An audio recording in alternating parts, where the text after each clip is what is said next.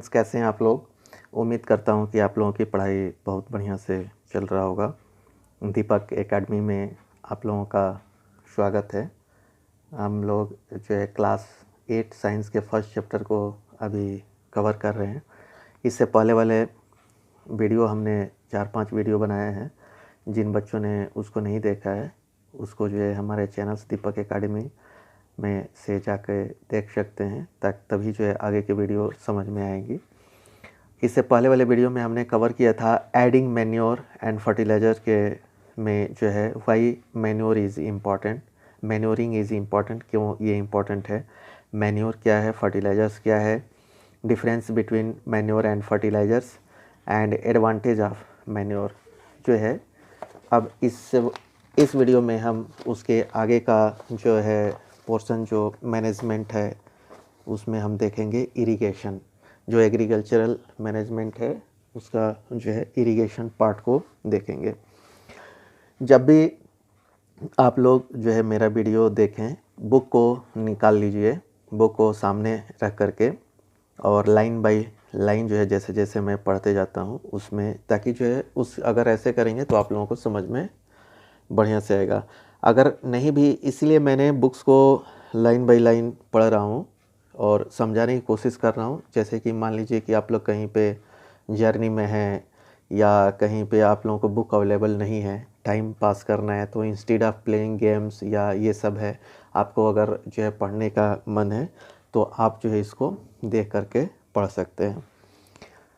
तो आगे हम देखते हैं इरिगेशन। इरिगेशन होता है सिंचाई, सिंचाई को बोलते हैं। जैसे कि हमने जो है ये भूमि को तैयार कर दिया, जैसे कि सॉइल को हमने बना दिया, उसको हम लोग जो है मैन्योरिंग भी कर दिया, शोइंग भी कर दिया।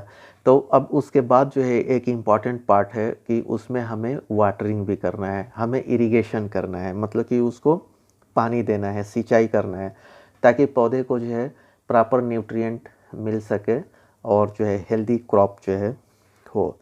तो all living being needs water to live. Water is important for proper growth and development of flowers, fruit and seeds of plant. Water is absorb by the plant root. Plant root के through जो है water absorb होते हैं। Along with water minerals and fertilisers are also absorb. और इसके साथ साथ जो है वाटर, मिनरल एंड फर्टिलाइजर्स जो है एब्जॉर्ब होते हैं। Plants contain nearly 90% of water. Water is essential because germination of seeds does not take place under the dry condition. मतलब जो उसमें अंकुरण होगा, जो कि उसमें जो प्लांट्स का इनिशियल स्टेज होगा, वो बिना वाटर का जो है नहीं होगा, ड्राई कंडीशन में वो नहीं होता है। Nutrient dissolve in water get transported to each part of the plant. पानी में डिजॉल्व होकर के प्लांट के अलग अलग पार्ट्स में वो जो है ट्रांसपोर्ट करते हैं। Water also protect the crop from both Frost and hot air currents. Frost मतलब जैसे ठंडी हवा और कभी जो है गर्म हवा चलती है, तो उससे भी जो है प्लांट्स को प्रोटेक्ट करते हैं water. To maintain the moisture of the soil for healthy crop growth, fields have to be watered regularly. तो उसको जो है क्रॉप को हेल्दी रखने के लिए जो है वाटरिंग जो है इम्पॉर्टेंट है, रेगुलरली जो है उसको हमें करना पड़ता है, देना पड़ता है। The supply of water to crop at different intervals is called irrigation. तो इरिगेशन का जैसे कि अगर डिफिनीशन पूछेगा कि व्हाट इज इरिगेशन, तो इसमें आप लिखेंगे the supply of water to crop at different interval is called irrigation. The time and frequency of irrigation varies from crop to crop, soil to soil and season to season. अब irrigation भी वो depend करता है कि किस type का crop है। किसी क्रॉप में हमें ज़्यादा पानी देना पड़ता है, किसी क्रॉप में जो है हमें कम पानी देना पड़ता है।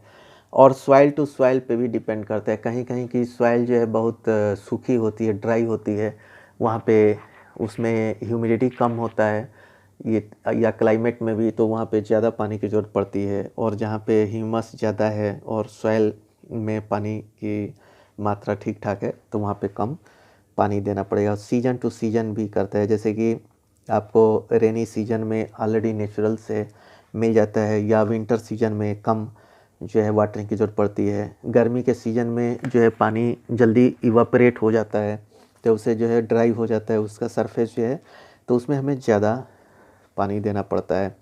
In summer the frequency of watering is higher.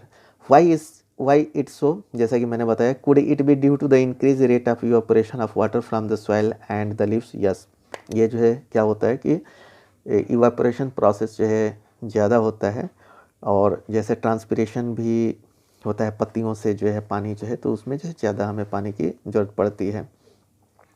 Source of irrigation, अब जो इरिगेशन के क्या सोर्स हैं, तो the source of irrigation are wells, tubewells हैं, कुछ कुएँ हैं, ट्यूबवेल्स हैं, पॉन्ड्स हैं, लेक्स हैं, रिवर्स हैं, डैम हैं एंड कैनल्स हैं। This is the source of the water from where we can get the water to irrigation, water for irrigation. तो यहाँ पे कुछ दिया गया है आपको, मेथड्स जो है दिया गया है। Traditional method of irrigation in present day these are not using, आप लोग जो है इसको नहीं देखेंगे, बहुत रेयरली जो है रूरल एरियाज़ में कहीं कहीं पे, जैसे जहाँ पे बैकवर्ड एरिया है वहाँ पे still people are using this method, otherwise it is very less, बहुत कम ही जगह पे आप लोग इसको देखेंगे। तो ट्रेडिशनल मेथड ऑफ इरिगेशन क्या है? The water available in wells, lakes and canals is lifted up by different methods in different regions for taking it to the fields. Cattle are human labor is used in these methods, so these methods are cheaper but less efficient. ये method cheaper तो है but less efficient है, इसमें time consuming जो है ज़्यादा लगता है, वाटर भी वेस्ट होता है। The various traditional ways are मोट, पुली सिस्टम, यहाँ पे ये देखिए इसको मोट सिस्टम है। पुली सिस्टम में यहाँ पे एक गोल जो है पुली रहता है, इससे जो है ये आपका रस्सी बंधा होता है, और उससे जो है नीचे जो है बकेट को लेके जाते हैं और फिर पानी डिप करके ऊपर लाते हैं। तो this is a pulley system, ये जो है मोट सिस्टम के अंतर्गत आता है।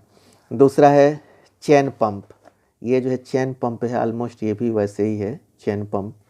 और थर्ड है ढेकली, यहाँ पे आप लोग ये देख सकते हैं कि ये ढेकली है, यहाँ पे ये जो है एक पत्थर जो है यहाँ पे बांध के रखते हैं, और इस पत्थर का वेट जो है इस बकेट में जितना पानी है उसके लगभग 2 गुना या 1.5 टाइम्स जो है होता है।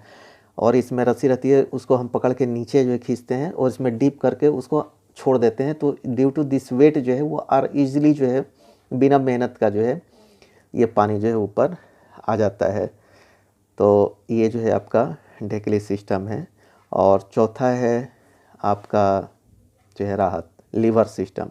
यहाँ पे ये देख रहे हैं कि लीवर सिस्टम है, यहाँ पे गोल है, बैल जो है ऐसे चलेगा, तो इसके अंदर से जो है ये चेन सिस्टम है, ये जो है घूमता रहता है। तो एक साइड से जो है बकेट भरेगा और फिर ये ऊपर आकर के गिराएगा, फिर जो है ऐसे नीचे प्रोसेस चलता रहेगा।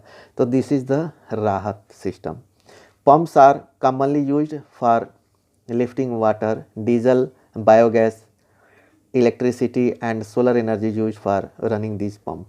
अभी जो है पम्प्स जो है लेटेस्ट जो है पम्प्स यूज हो रहे हैं, जिससे कि पानी जो है आसानी से ऊपर जो है आ जाता है। अब यहाँ पे हम देखेंगे मॉडर्न मेथड ऑफ इरिगेशन। वो तो ट्रेडिशनल मेथड था, earlier people were using this, लेकिन अभी मॉडर्न मेथड आ गया है। इससे मॉडर्न मेथड में क्या है कि इसमें पानी की भी हम बचत कर लेते हैं और अच्छा प्लांटेशन, और वो किसी भी एरिया में जो है, जैसे कि हिली एरिया में भी जो है यूज़फुल है, या रेगिस्तान एरिया में जो है जहाँ पे पानी की कमी है वहाँ पे भी ये यूज़फुल है। तो इसको हम एक बार देख लेते हैं। Modern method of irrigation help us to use water economically. The main method used are as follows. Sprinkler system, sprinkler system में क्या होता है कि ये स्प्रिंकल करता है, जिससे पानी जो है आपका बचेगा। तो ये कैसे होता है, तो यहाँ से मैं एक बार जो पहले आप लोगों को समझा देता हूँ।